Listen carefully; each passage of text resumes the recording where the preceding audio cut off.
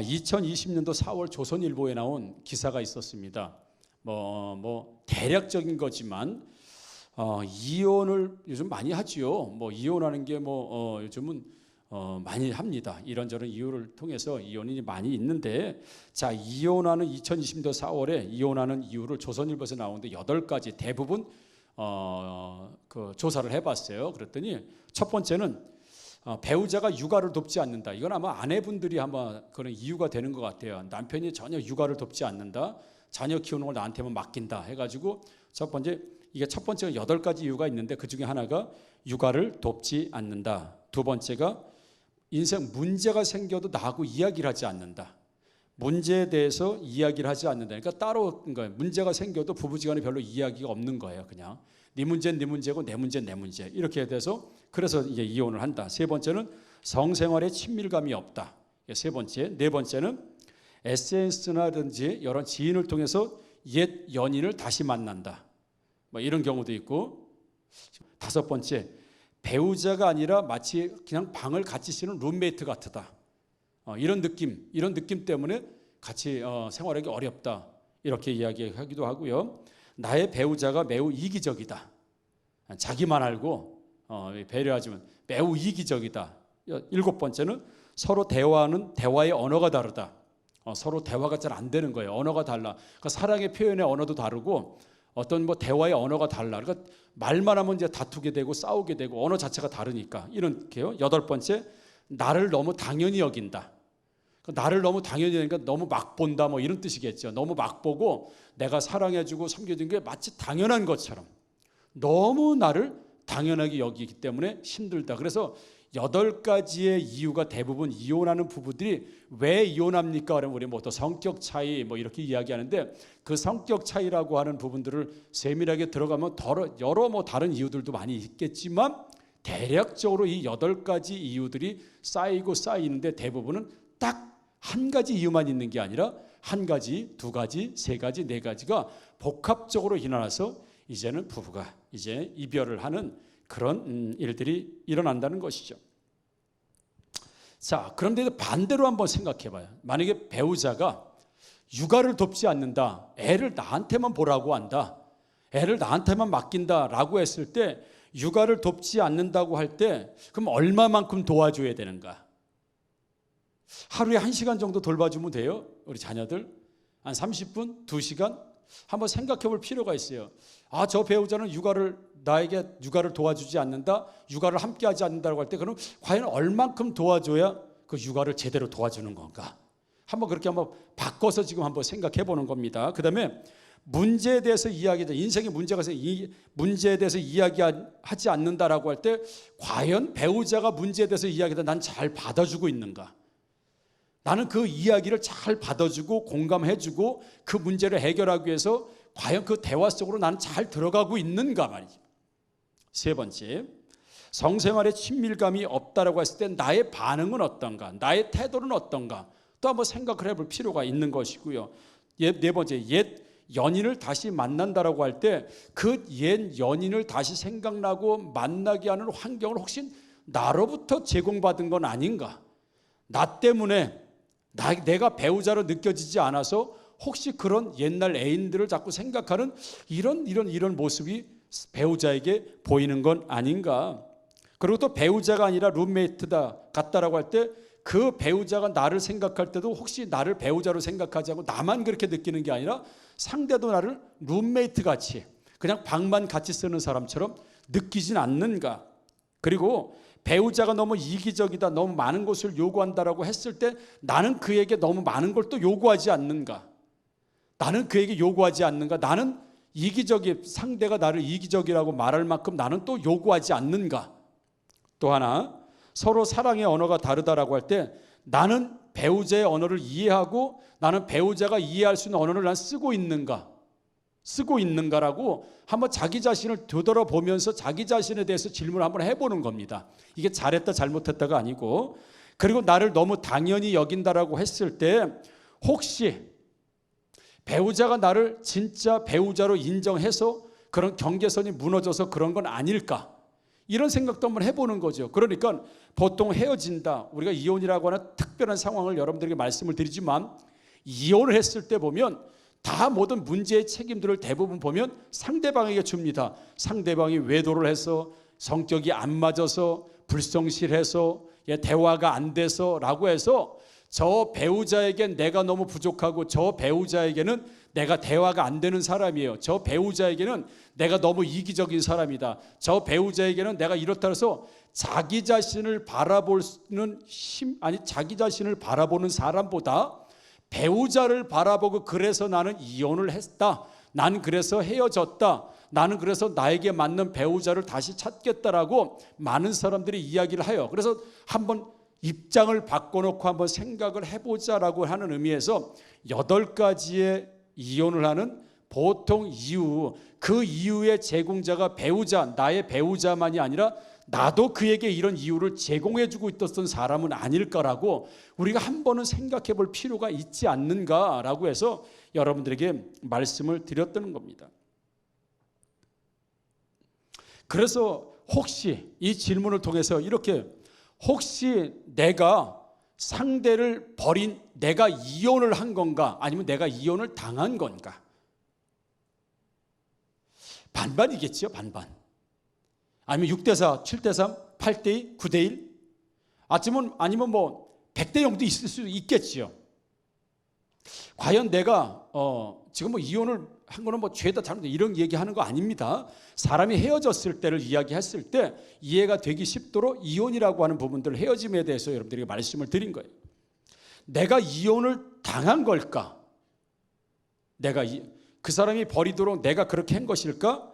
아니면 내가 그 사람을 버린 걸까? 내가 이혼을 한 걸까? 내가 이혼을 당한 걸까? 아마도 속으로 들어가다 보면 분명히 원인 제공자는 있을 겁니다.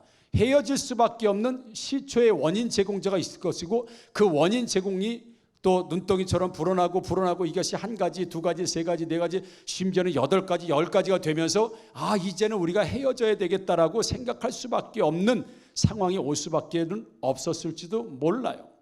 그런 의미에서 보게 되면 누가 원인 제공자인지는 사실은 법으로도 그렇고 상황적으로 그렇고 말하기는 어렵지만, 우리 신앙에서는 하나님과 성도가, 하나님과 사람이 헤어질 수 있습니다. 그런데 원인 제공을 누가 하고 있냐? 하나님이 이 교회를 떠나시고, 하나님이 우리 가정을 떠나시고, 하나님이 내 심령을 떠나시고, 내 인생에서 하나님이 떠나는 사람들이 있습니다. 성경에는 하나님이 오시는 사람도 있고 하나님이 떠나는 사람도 있다는 거지요. 그러면 하나님이 왜 그 사람을 떠났을까? 왜 하나님이 그 사람과 함께 인생을 살고 행복하게 하게 하시지 못하시고 왜 하나님은 그 사람의 인생에서 떠나셨을까? 그 대표적인 사람이 바로 오늘 본문에 등장하는 사울왕의 인생을 여러분과 말씀을 통해서 어떻게 하면 평생도록 하나님과 함께 행복한 인생을 살고 잘되는 인생을 살으며 정말 기가 막히게 좋은 인생을 어떻게 하면 계속해서 한때가 아니라 계속해서 살 수 있는가라고 하는 부분들을 오늘 본문을 통해서 여러분들에게 말씀을 드리고자 하는 거예요. 오늘 본문의 내용은 뭐 잘 아시겠지만 그런 겁니다. 우리 이스라엘과 사울왕이 통치하고 있었던, 사울이 이스라엘의 첫 번째 왕인데, 사울왕이 다스리고 사울왕이 통치하고 있어. 그때 이스라엘과 블레셋이 전쟁을 한판 벌였습니다. 그런데 이스라엘이 아주 개박살 났지요. 아주 패전했죠. 왜냐하면 왕이 죽었으니, 왕이 죽으면 전쟁은 끝난 거 아니겠습니까? 당시에는 우리가 삼국지 같은 거 보면 왕들이 전쟁을 나가요. 이스라엘도 나가고 당시에는 왕들이 전쟁 나갑니다. 우리나라도 마찬가지고요. 전쟁을 나가. 그래서 왕이 죽으면 그 전쟁은 끝난 겁니다. 그래서 오늘 본문에 등장하는 이 전쟁은 실패한 전쟁입니다. 그래서 사울과 그의 세 아들과 군사들이 블레셋과 싸우러 전쟁을 하러 나가서 사울보다 먼저 그의 세 아들이 전쟁에서 죽습니다. 칼에 맞아 죽든 활에 맞아 죽든 죽었어요. 전사를 했어요. 나라를 위해서 싸우니까 전사라고 하겠죠. 아무튼 간에 죽었습니다. 그리고 마지막 남아있는 게 사울왕 자기 자신이요. 그러다 보니까 자기 군사들도 죽었고 자기 아들도 다 전쟁에서 죽었으니, 그리고 자기 이스라엘이 이길 만한 상황이 전혀 안 돼요. 그러니까 어차피 내가 전쟁에서 질고 내가 적의 손에 죽느니 내가 스스로 죽는 게 낫겠다 해서 자기의 부관이라고 하죠. 자기와 함께 전쟁을 하는 참모 한 사람에게 야 내가 칼을 가지고 나를 좀 죽여달라고 해요. 그런데 어떻게 그 참모가 자기를 모셨던 왕을 자기 손으로 죽일 수 있겠어요? 그러니까 나는 왕이요 내가 못 죽이겠습니다. 나 죽일 수 없습니다 라고 하니까 그 사울이 칼을 세워놓고 그 칼로 자기를 자결하여 자살을 합니다. 칼로 자기가 내가 적의 손에 블레셋 손에 죽는 것보다 내가 스스로 죽는 게 낫겠다 해서 전쟁터에서 아들 셋은 죽고 군인들은 다 죽고 마지막 남은 왕은 자살을 해서 죽습니다. 그리고 나서 그 사울왕의 부관이죠. 참모 자기도 자살을 해서 죽어요. 아주 이 전쟁은 비참하게 끝납니다. 거기서 끝난 게 아니라 블레셋 군인들이 와서 보니까 사울왕이 죽어 있고 아들들이 죽어 있는 거예요. 이거 왕족이잖아요. 이건 아주 전리품 중에 최고 아닙니까? 그러니까 블레셋의 군인들이 와서 사울과 세 아들을 데리고 4명을 데려다가 목을 잘라버립니다. 목을 자르고 그 자른 목은 자기 나라로 가지고 와요. 자기 나라로 가서 이 사울왕을 내가 죽였다, 우리가 죽였다, 이스라엘 우리가 이겼다 해서 머리 참수된 머리 잘린 머리만 가지고 온 블레셋을 전부 다 돌아다니면서 자신들의 승리를 축하하고 자축하는 이런 모습을 성경에서 보게 돼요. 그리고 나서 목이 없는 시신은 그 아들의 시신과 사울왕의 시신은 자기 살고 있는 그 성벽에다가 시신을 붙여놓고 못질을 합니다. 나무로 매달 목질해서 그 목이 없는 시신 4구를 전부 성벽에다가 그냥 박아버렸습니다. 사람들이 지나가면서 처참한 모습을 보도록. 그리고 잘려나간 머리는 블레셋이라고 하는 그 나라를 돌아다니면서 이 조롱하는 거죠. 조롱. 우리가 이스라엘이 이겼다고는 승리의 소식을 블레셋 백성들에게 전합니다. 그러니까 이 사울은요 죽어서도 아주 비참하게 죽은 사람이에요. 목이 잘리고 목이 적국에서 돌아다녀요. 그리고 자기의 시신의 몸은요 성벽에 박혀가지고 사람들이 홀딱 벗겨서 전부 성벽에 박혀. 그래서 이 사울왕이 있었던 베냐민 지파 사람들이 그 이야기를 듣고 그 성벽에서 시체 4구를 내려다가 불살러서 뼈를 나무 아래다 화장하고 장사했다. 그리고 7일 동안 이 사울왕이 소속되는 이스라엘의 베냐민 지파 사람들이 너무 슬퍼서 일주일 동안 금식하고 그의 죽음을 애도했다라고 되어 있습니다. 여러분, 우리가 만약에 우리 마지막 인생 가운데 우리가 죽음을 어떻게 맞이할까라고 할 때 정말 누군가로부터 우리가 목이 잘리고 이 시체가 담벼락에 박혀가지고 사람들 조롱하는 정말 능지처참 당하는 이런 죽음은 누구도 원하는 죽음이 아닐 거예요. 이런 죽음을 누구도 상상하지 못한 죽음일 겁니다. 근데 사울은 한때 왕이었고 한때 하나님의 사랑을 받았던 사람인데 인생 마지막이 이렇게 끝났어요. 그의 아들도 이렇게 끝났고 아버지도 이렇게 끝났고 그래서 그의 가정은 완전히 망하고 멸망당한 모습을 오늘 사무엘상 31장을 마지막으로 해서 그렇게 사울의 가정사는 끝나고 인생은 끝나는 모습을 보게 됩니다. 저는 기도하고 있어요. 하나님, 우리 성도들이 하나님 만나서 소위 말해 세상은 팔자를 고쳐본다고 이야기하는데 우리 하나님 만나면 팔자 고쳐집니다. 아멘. 우리 인생 팔자 고쳐. 왜요? 로마서에서 우리는 새로운 피조물이다 하는 말씀은 피조물이 새롭게 만들었다는 얘기. 개선되어지는 인생이 아니라 완전히 바꾸어진 인생이에요. 완전히 탈바꿈된 인생이에요.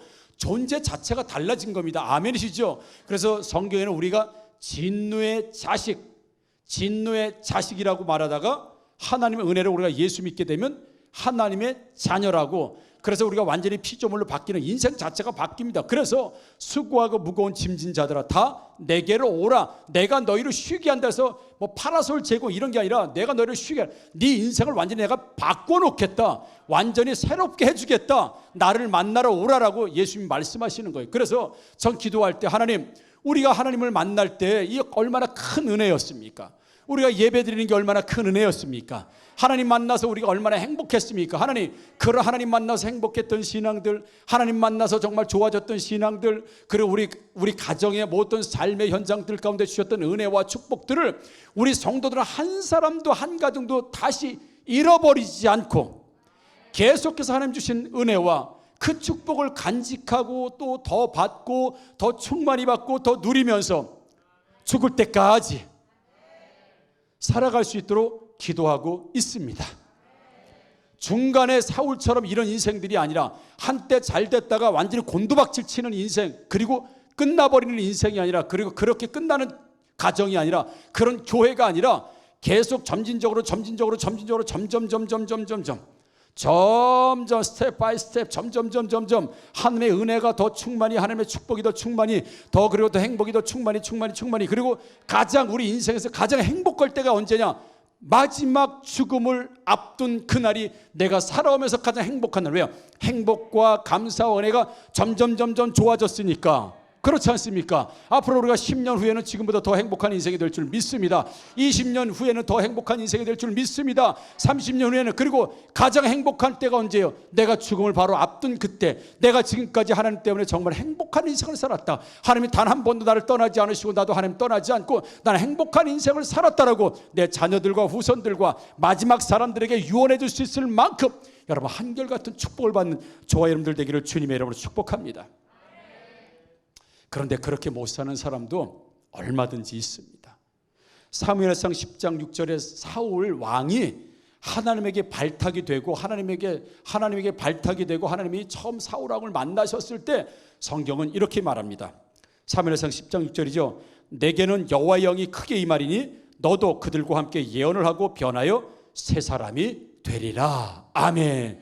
사울 왕을 처음 하나님 만나셨을 때 사울 왕이 하나님께 뭐라고 얘기하시냐면, 내가 함께 예언을 변하여 새 사람이 될 것이다. 내가 너를 새 사람을 만들 것이다. 새 사람이 될 것이다. 할렐루야. 이렇게 출발이 아주 좋았고, 이 출발이 은혜로웠고, 하나님의 한껏 관심과 기대와 사랑을 받았던 사무엘이 왜 이렇게 인생이 망가졌는가 말이죠. 어려운 일이죠. 누가 이런 인생, 이런 망가진 인생을 누가 살기를 원하겠어요? 누가 이런 인생을 살고 싶습니까? 계속 하나님의 은혜와 축복과 행복을 바라는 인생들을 살고 싶은 거겠죠. 그런데 사울 왕은 그렇게 살지는 못했어요. 시작은 좋았습니다. 내가 내 영이 너의 영과 함께한다. 내 영이 너의 삶과 함께한다. 그리고 너는 변해서 새 사람이 될 것이다. 내가 이제부터 너의 인생을 이끌어 줄 것이다 라고 해서 하나님이 한때는 사울과 함께 동행하시고 사울과 함께 인생을 살아서 그가 왕으로서 참으로 겸손한 왕으로 하나님 앞에 쓰임받는 왕이었는데, 그가 마지막은 목이 잘리고 시체가 벽에 걸리고 그리고 가죽이 벗겨지고 화장당해서 죽는, 한 집안이 쑥대밭되고 망한 개인뿐만 아니라 자식들이 다 죽고 가문이 완전히 멸망된 이 모습. 왜 이렇게 사울은 시작이 좋았고 시작이 은혜롭고 괜찮았는데 마지막 끝이 왜 이렇게 좋지 않았을까? 사무엘상 15장 35절에 하나님은 이렇게 말씀합니다. 사무엘이 죽는 날까지 사울을 다시 가서 보지 아니하였으니 이는 그가 사울을 위하여 슬퍼함이었고 여호와께서는 사울을 이스라엘 왕으로 삼으신 것을 후회하셨더라. 이렇게 돼 있어요. 그러니까 하나님께서 사울 왕을 세우실 때는 기대감을 가지고 축복해 주면서 은혜를 가지고 그렇게 세우셨는데, 사울이 점점 사람이 변한 겁니다. 중심을 잃어버리고 처음 마음을 잃어버리고 그 겸손함을 잃어버리고 하나님 믿는 신앙을 점점 잃어버리면서 하나님을 떠나게 되죠. 그리고 나서는 오늘 말씀에 보라면 사무엘도, 선지자 사무엘도 사울 왕을 다시 가서 보지 않았고, 그리고 사무엘을 가서 회개시키려고 노력도 하지 않았을 뿐만 아니라, 왜냐하면 하나님께서 사울을 이스라엘 왕으로 세우신 것을 하나님이 후회하셨다. 처음에 기대하셨잖아요. 처음에 복을 주셨잖아요. 은혜를 주셨잖아요. 내가 내 영으로 너를 새 사람 만들어 주시겠다 말씀하셨는데, 마지막 그가 죽기 직전에 죽음을 앞두고 있었을 때 그 인생을 성경은 뭐라고 얘기하냐면, 하나님도 떠났고 하나님이 그를 왕으로 세우신 것을 후회하셨다라고 말해요. 이게 어떻게 행복한 인생으로 말할 수 있습니까? 항상 하나님께서 처음을 보셔도, 우리를 보실 때도 눈에 넣어도 아깝지 않은 인생, 눈에 넣고 보고도 보는 것마저도 아까운 인생들이었는데, 왜 하나님의 버림을 받는 인생이 되고, 하나님이 그 영이 그 몸에서 하나님이 빠져나오시고, 그 가정에서 하나님이 왜 빠져나오시고, 왜 교회에서 빠져나오시고, 오늘 우리 최영만 우리 목사님, 우리 선배님 오셨는데 선배님 목사님 먼저 전화하셨대요. 최영만 목사님에게 내가 교회를 다니고 싶은데 좋은 교회는 다 좋습니다. 좋은 교회를 한번 소개를 해달라. 좋은 게 이게 하나님 주신 마음인 줄 믿습니다. 그런 감동, 그런 마음이 있으니까 나도 교회도 다녀봐야 되겠다. 나도 예수를 믿어봐야 되겠다. 그리고 나를 위해서 기도해 주는 사람들이 있으니 내가 하나님을 떠나서 살 수 있는 사람은 아니지 않는가라고 그 마음을 가질 때 하나님께서 말씀하시는 거예요. 내가 새 사람을 만들어 주겠다. 내가 너의 영과 함께 하겠다. 내 영이 너의 안에 들어가서 함께함으로 너의 새 사람을 만들고 충만한 인생을 만들고 행복한 인생을 만들겠다라고 그렇게 시작을 한 겁니다. 오늘이 그런 시작의 날이 되기를 주님의 이름으로 축복합니다. 아멘. 그런데 사울은 마지막에는 하나님도 버리고 사무엘 선지자도 다 버렸어요. 그리고 나서 하나님은 새로운 왕을 찾으십니다. 사무엘을 버리고 다윗을 찾으세요. 자, 하나님은 사울과 함께하기 어려우셨던 거예요. 함께하기 어렸던 거예요. 그러니까 처음에 우리가 이혼 얘기를 하면서 내가 이혼을 당한 걸까? 내가 이혼을 한 걸까? 여기에서 신앙적인 질문을 한번 드려보는 거예요. 자, 내가 하나님을 내쫓았을까? 하나님이 알아서 나가셨을까? 사울 왕을 빗대서 얘기하면 사울 왕이 하나님을 내 인생 안에서 하나님을 내보냈을까? 아니면 하나님이 사울 왕에서 스스로 나오셨을까? 이 질문을 드려보는 거예요. 어떤 사람에게 하나님이 임하시고 어떤 사람 하나님이 떠나요. 어느 가정에는 하나님이 임재하십니다. 근데 어느 가정에서 하나님이 나오셔요. 이게 사울과 다윗의 인생을 통해서요, 극명히 대비되면 누구는 하나님이 떠나고 누구는 하나님이 임재하시는구나 걸 우리는 알 수 있습니다. 자, 다윗 사무엘상 16장 7절에 여호와께서 사무엘에게 이르시되 그의 용모와 키를 보지 말라. 내가 이미 그를 버렸노라. 내가 보는 것은 사람과 같지 아니하니 사람은 외모를 보거니와 여호와는 중심을 보시느니라. 아멘. 그러니까 하나님이 새로운 왕을 지금 찾으시고 계세요. 하나님이 함께할 새로운 왕을 찾으시는데, 그러니까 하나님이 보시는 게 사람들처럼 외모를 보는 게 아니라는 겁니다. 키를 보는 게 아니라는 거예요. 스펙을 보는 게 아니라는 겁니다. 세상이 보는 것처럼 잘난 걸 보는 게 아니라 나는 그 사람 속에 숨겨진 중심을 본다. 사람은 그 사람의 중심을 못 봅니다. 10길 물속은 알아도 한 길 사람 속을 모른다라고 하는 게 진실입니다.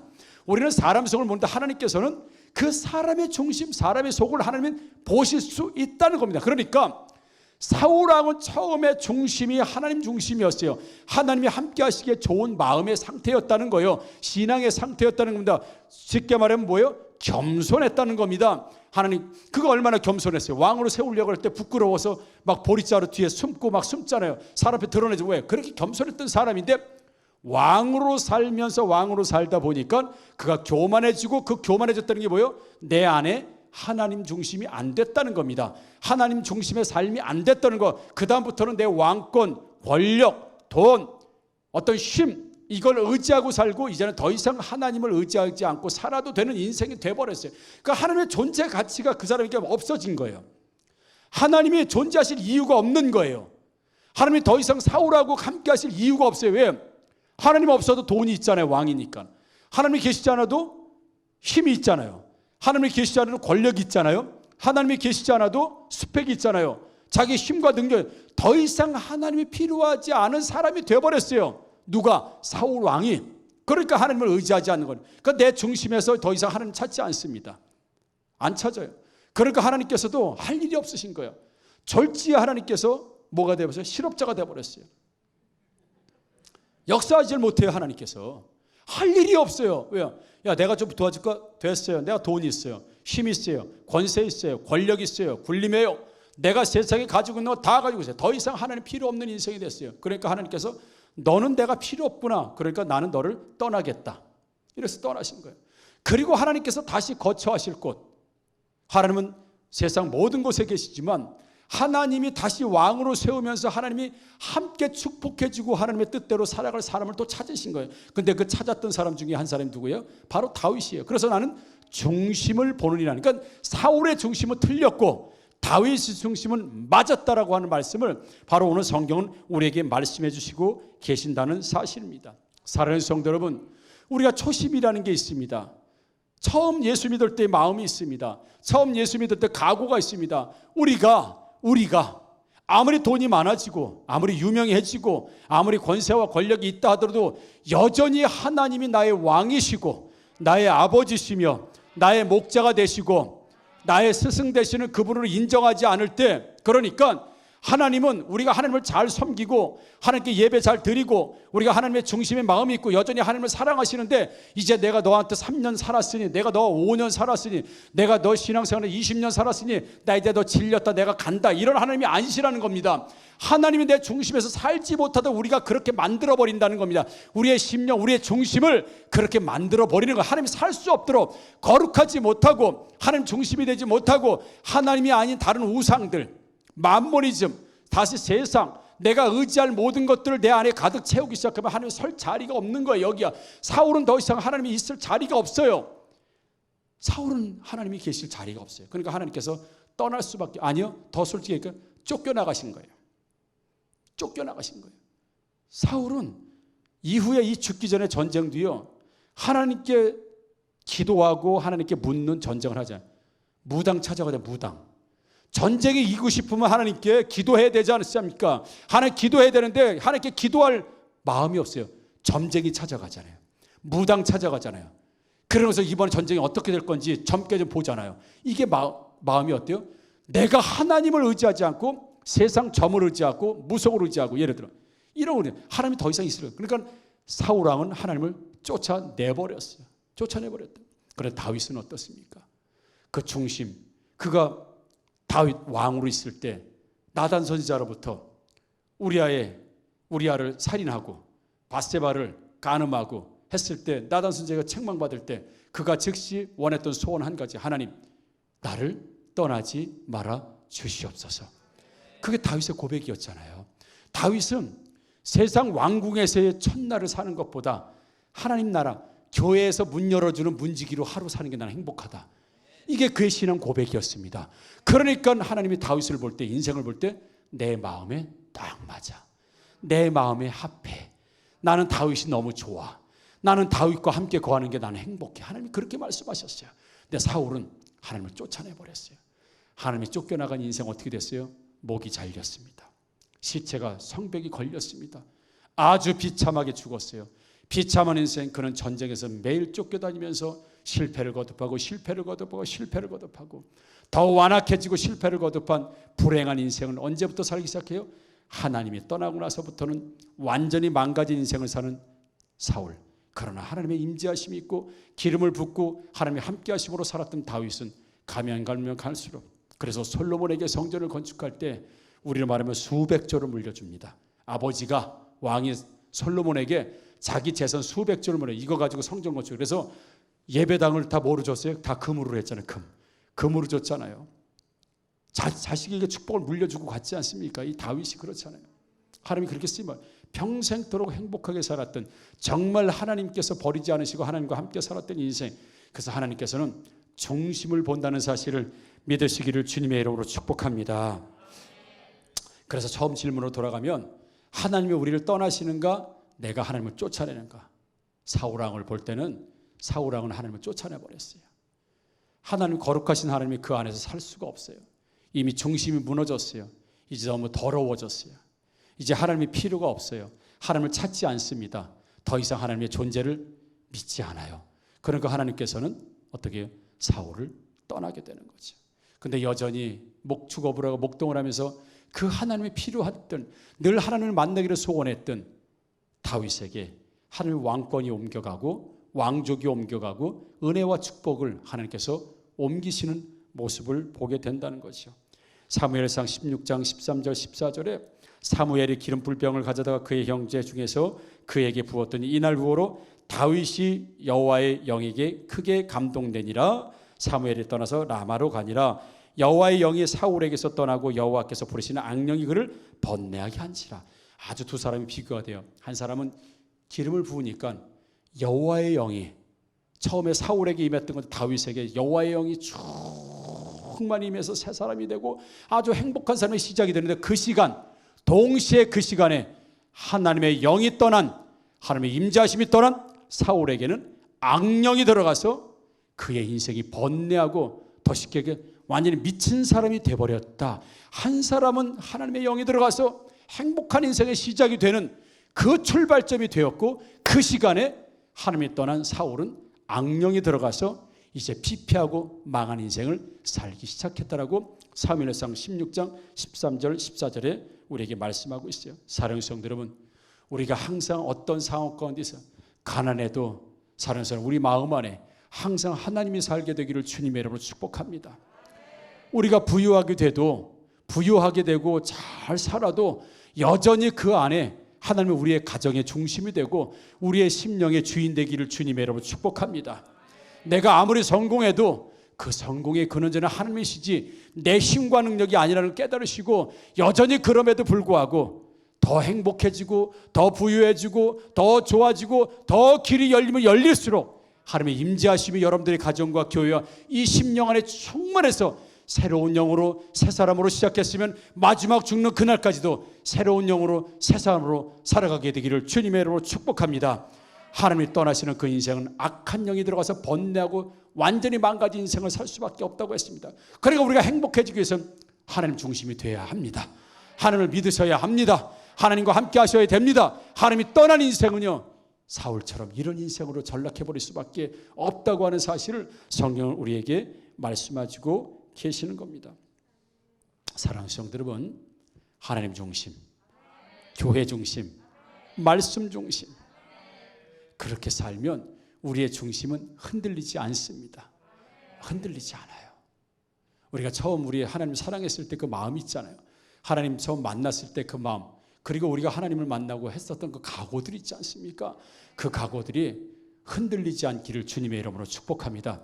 여전히 하나님, 여전히 하나님, 그래도 하나님, 그래서 하나님, 어제도 하나님, 오늘도 하나님, 내일도 하나님. 하나님이 우리의 영과 함께 하시면 우리는 불행해질 수가 없습니다.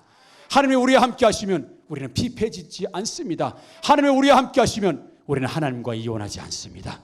우리가 하나님을 쫓아내지 않는다면 하나님이 영원토록 우리의 부모가 되시고 친구가 되시고 우리와 함께 하심으로 용두 삼위의 인생이 아니라 삼위 용두의 인생이 된다는 사실을 믿으시기를 주님의 이름으로 축복합니다. 작게 시작하고 미약하게 시작하고 존재감 없이 시작하고 형편없이 시작하고 병들어 시작하고 가난하게 시작했을지라도 정말 하나님이 함께 하시는 사람이면 삼위가 변화해서 용두가 되는 겁니다. 그러나 사울처럼 용두처럼 시작했지만 하나님이 떠난 사람은 삼위, 뱀꼬리로 끝나는 인생이 되어버릴 수밖에 없는 게 성경의 인간적인 모습이에요. 그래서 사랑하는 성도 여러분, 우리는 내 시작은 미약하지만 하나님 중심으로 살고 말씀 중심으로 살고 하나님의 은혜로 삶으로 내 시작은 미약하지만 내 나중은 힘이 측량할 수 없을 만큼 창대하고 번성하고 커지는 삶을 사시는 중심 있는 삶, 한결같은 삶을 사시기를. 그래서 우리 예수님이 신랑 되고 우리가 신부되어서 평생도록 살아가는 저와 여러분들에서 하나님 주시는 그 은혜와 축복을 마음껏, 아주 마음껏 충만히 누리시고 경험하시는 인생 되기를 주님의 이름으로 축복합니다. 아멘.